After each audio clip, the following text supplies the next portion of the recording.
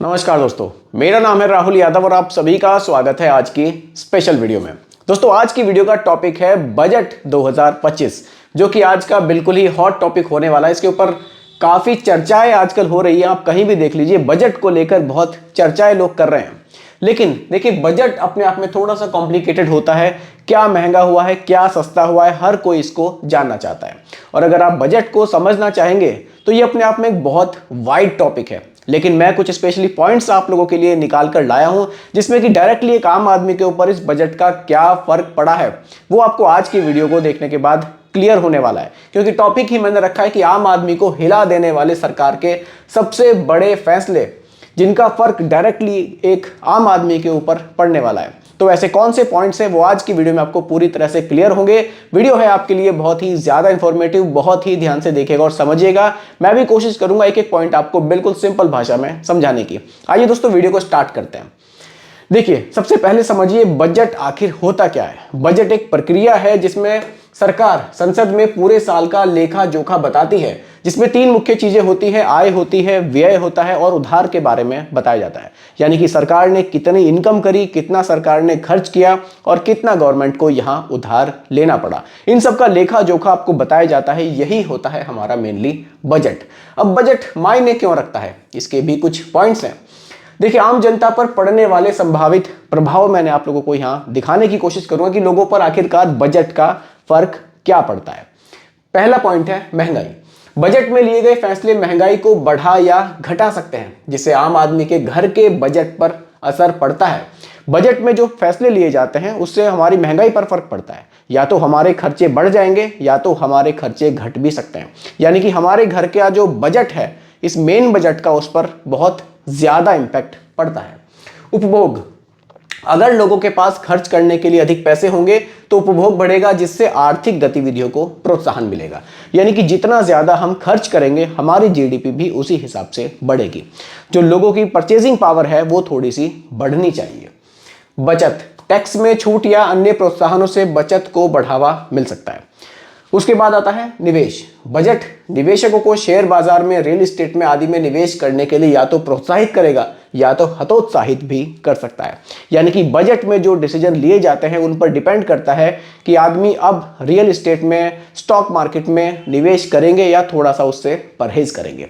तो बजट का ओवरऑल हमारी जो दिनचर्या है उस पर कह लीजिए, जो भी हम करते हैं, चाहे हम जॉब करते हैं, चाहे हम बिजनेस करते हैं, हम कुछ भी करते हैं, कहीं भी इन्वेस्टमेंट करते हैं, सभी पर फर्क बहुत ज्यादा पड़ता है। आइए आगे चलते हैं, कुछ डिसीजंस हैं उन पर बात करते हैं। 12 लाख रुपए की इनकम पर कोई टैक्स नहीं लगेगा। देखिए, ऐसा ऐलान हुआ है कि 12 लाख रुपए की जो भी आपकी इनकम होगी उस पर कोई टैक्स अब नहीं लिया जाएगा, जो कि पहले 7 लाख था। इस पर अनुमान लगाया जा रहा था कि शायद इसको 7 लाख से बढ़ाकर 10 लाख किया जा सकता है, लेकिन यहां 10 से भी ज्यादा यानी कि 12 लाख रुपए तक अब आपसे कोई टैक्स नहीं लिया जाएगा। लेकिन इसको थोड़ा सा डीपली समझना भी जरूरी है। देखिए, अगर आप स्लैब को देखेंगे तो 0 से 4 लाख ये टैक्स फ्री है, 4 लाख से 8 लाख 5% है और 8 लाख से 12 लाख 10% है। लेकिन अब आपको लगेगा कि ये फिर टैक्स फ्री का हल्ला क्यों है कि 12 लाख तक टैक्स नहीं है। इसको समझना थोड़ा सा जरूरी है। 4 लाख तक फ्री है, 4 लाख से 8 लाख आपको लगेगा टैक्स कितना, 5%, और 8 लाख से 12 लाख लगेगा 10%। अगर आप इसकी कैलकुलेशन करेंगे, जो टैक्स आपका बनता है उस टैक्स पर आपको रिबेट मिल जाएगी। यानी कि वो आपका एक तरह से आप टैक्स फ्री ही हो जाएगा, क्योंकि गवर्नमेंट यहां रिबेट आपको दे रही है। डायरेक्टली टैक्स फ्री नहीं किया है, रिबेट आपको दे दी है, ताकि उसके बाद के जो आने वाले लोग होंगे, यानी कि जिनकी इनकम 12 लाख से ज्यादा होगी, उनसे जो टैक्स का दायरा होगा वो फिर 15% तक चला जाएगा। तो इस तरह से यहां किया गया है। बाकी आप अगर कैलकुलेशन करके देखेंगे तो 12 लाख तक आप टैक्स फ्री ही रहने वाले हैं। और इसके साथ साथ ही स्टैंडर्ड डिडक्शन को भी बढ़ा दिया गया है। ये सैलरीड लोगों के लिए बेनिफिट की चीज है कि पहले ये 50,000 था, अब इसको 75,000 रुपए कर दिया गया है। यानी कि अगर आपकी सैलरी 12,75,000 रुपए भी है तो भी आपको यहां कोई टैक्स नहीं देना होगा। एक ये बड़ी घोषणा बजट में देखने को मिली है। उसके बाद आता है अगला पॉइंट। देखिए, 36 दवाओं से कस्टम ड्यूटी हटाई जाएगी। इस बजट में वित्त मंत्री ने यह भी घोषणा की है कि कुछ लाइफ सेल्स हैं, कुछ दवाइयां हैं ऐसी जिन पर से हमारी जो है कस्टम ड्यूटी हटा दी गई है। देखिए, कैंसर की बीमारियों के लिए और भी तरह की कोई बीमारी है उनके लिए 36 लाइफ सेविंग ड्रग्स को बेसिक ड्यूटी से पूरी तरह से छूट यहां पर कर दी गई है। इससे जो है क्या होगा ना, इनके प्राइस घटेंगे, तो यहां इससे एक डायरेक्टली एक आम आदमी को यहां बहुत बेनिफिट होगा। क्योंकि देखिए दवाइयों का खर्चा ना बहुत ज्यादा कई बार एक आम आदमी को ना दबा देता है, तो ये डिसीजन भी एक आम आदमी के लिए बहुत फायदेमंद होगा। देखिए हम लोग बजट में ना अच्छी अच्छी चीजें वैसे ढूंढते हैं कि यार इसमें मुझे ये फायदा है, लेकिन कुछ बेसिक चीजों को भूल जाते हैं। लेकिन ये एक बहुत सही डिसीजन है जब इन चीजों का जिस पर फर्क पड़ता है ना वही जानता है कि जो दवाइयों का खर्च था वो कितना ज्यादा था। अब ये ड्यूटी हटा लेने से क्या होगा, थोड़ी सी दवाइयां सस्ती होंगी, तो यहां कहीं ना कहीं राहत एक आम आदमी को देने की कोशिश की गई है। आगे बढ़ते हैं। अगला पॉइंट है सेल्फ ऑक्यूपाइड हाउस पर टैक्स राहत। देखिए वित्त मंत्री ने अपने बजट भाषण में सेल्फ ऑक्यूपाइड हाउस पर टैक्स की राहत की शर्तों में ढील दी है।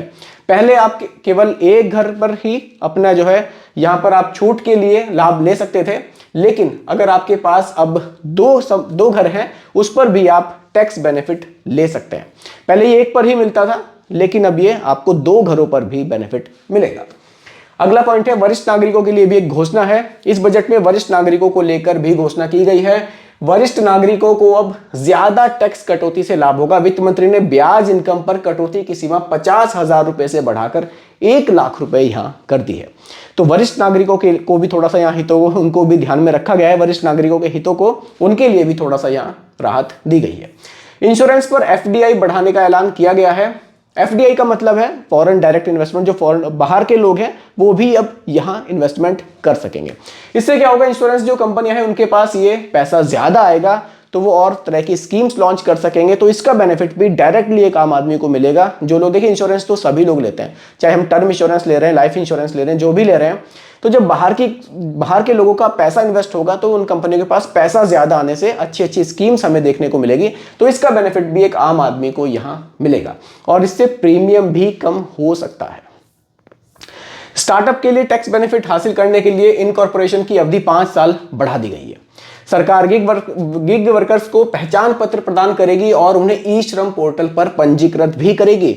इससे उन्हें पीएम जन आरोग्य योजना के तहत स्वास्थ्य सेवा प्रदान की जाएगी। इस कदम से लगभग 1 करोड़ गिग वर्कर्स को फायदा होगा। ये गिग वर्कर्स कौन से होते हैं, कुछ लोग शायद जानते नहीं होंगे। देखिए जो लोग स्विगी, जोमेटो या इसी तरह के कुछ काम करते हैं, जो आप नॉर्मली देख लीजिए जोमेटो, स्विगी पर जो लोग डिलीवरी बॉय होते हैं वो लोग ही गिग वर्कर्स आप उनको कह सकते हैं। अब देखिए वो लोग काम तो कर रहे हैं, लेकिन उनको गवर्नमेंट की जो स्कीम्स है उनका बेनिफिट नहीं मिलता है। लेकिन यहां सरकार ने इस बार ध्यान रखा है, उन लोगों को भी जो गवर्नमेंट की स्वास्थ्य सेवाएं हैं वो प्रदान की जाएंगी, उनके कार्ड बनाए जाएंगे और इसका फायदा 1 करोड़ गिग वर्कर्स को होगा। तो गवर्नमेंट ने ये भी एक फायदा पहुंचाने की यहां कोशिश की है कि इन लोगों को भी बेनिफिट मिलना चाहिए।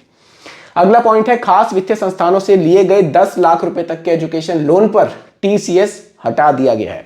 यह भी एक बहुत ही बढ़िया पॉइंट मुझे लगा।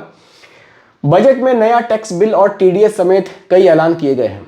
वरिष्ठ नागरिकों के लिए टीडीएस डिपॉजिट इंटरेस्ट की लिमिट बढ़ाकर 1 लाख रुपए कर दी गई है। किराए पर टीडीएस की लिमिट 2.4 लाख रुपए से बढ़ाकर 6 लाख रुपीस कर दी गई है। थोड़ा ध्यान रखिएगा, ये सालाना लिमिट है, मंथली नहीं है। पहले 2.4 लाख रुपए तक नहीं था, मतलब उससे ज्यादा अगर आप रेंट से पैसा कमा रहे हैं तो आपको यहां उस पर टीडीएस देना पड़ता था। इस लिमिट को बढ़ाकर अब 6 लाख रुपए कर दिया गया है, यानी कि 6 लाख रुपए भी अगर आप साल भर में रेंट ले रहे हैं तो आपको टीडीएस नहीं देना होगा। तो देखिए डायरेक्टली मैंने ऐसे ही पॉइंट निकाले हैं जो एक आम आदमी से कहीं ना कहीं जुड़े हुए हैं। एलआरएस पर टीडीएस की लिमिट को 7 लाख रुपए से बढ़ाकर 10 लाख रुपए किया गया है। वित्तीय संस्थानों से लोन लेने पर राशि के लिए भेजी गई धनराशि पर टीडीएस हटा लिया गया है।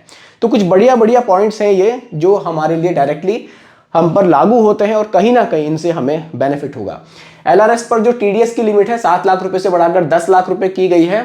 देखिए ये क्या है ना, जो विदेश में हम लोग खर्च करते हैं 7 लाख रुपए से ऊपर उस पर पहले टीडीएस देना होता था, अब इसको बढ़ाकर 10 लाख रुपए कर दिया गया, यानी कि आप 10 लाख रुपए तक भी खर्च कर सकते हैं। उसके ऊपर जब आप खर्च करेंगे तब आपसे टीडीएस चार्ज किया जाएगा।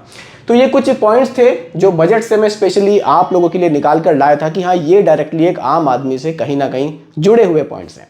तो दोस्तों यही आज की वीडियो का टॉपिक था। उम्मीद करता हूं कि टॉपिक आपको काफी पसंद आया होगा। बाकी दोस्तों वीडियो पसंद आई हो लाइक जरूर कीजिएगा और मेरे चैनल पर अगर आप नए हैं इसको भी सब्सक्राइब आप जरूर कीजिएगा। धन्यवाद।